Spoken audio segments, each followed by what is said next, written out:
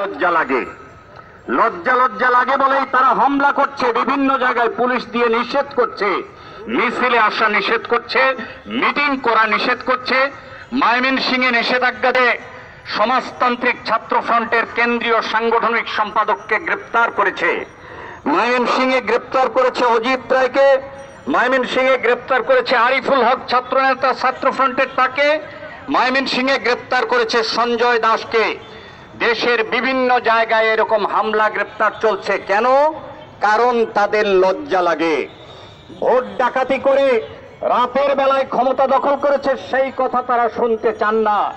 সেই জন্যে তারা মানুষের প্রতিবাদকে সংক্ষেপ করতে বলেন, ছোট করতে বলেন।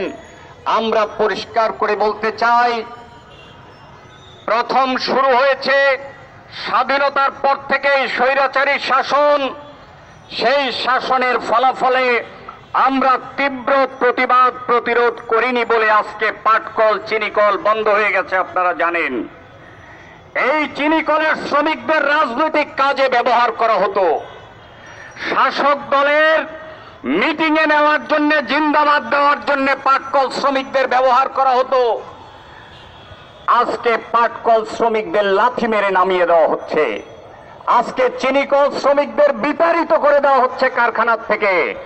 আজকে আবার পুলিশ দিয়ে, পুলিশের কাজ আইন শৃঙ্খলা রক্ষা করা, তা না করে পুলিশ দিয়ে আওয়ামী লীগ করানো হচ্ছে, বিচারপতি দিয়ে আওয়ামী লীগ করানো হচ্ছে, বিচারপতি দিয়ে মিছিল করানো হচ্ছে। এর ফলাফল কি দাঁড়াবে?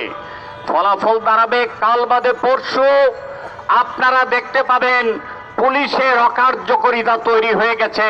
তখন বলবে যে প্রাইভেট সিকিউরিটি কোম্পানিকে দেশ দিয়ে দাও, পুলিশ দিয়ে চলবে না, পুলিশ পারে না। এইভাবে রাষ্ট্রের এক একটা অঙ্গ প্রত্যঙ্গকে প্যারালাইসিস করে দেওয়া হচ্ছে। আমরা এটা মানতে পারি না, আমরা মানি না। তার জন্যই আমরা প্রতিবাদ করছি।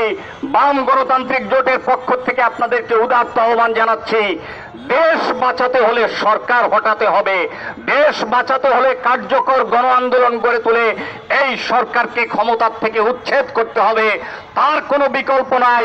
সেই জন্য আপনাদেরকে চোখে চোখ রেখে লড়াই করবার প্রত্যয় ব্যক্ত করার আহ্বান জানিয়ে আমি আমার সংক্ষিপ্ত বক্তব্য এখানেই শেষ করছি। সবাইকে ধন্যবাদ।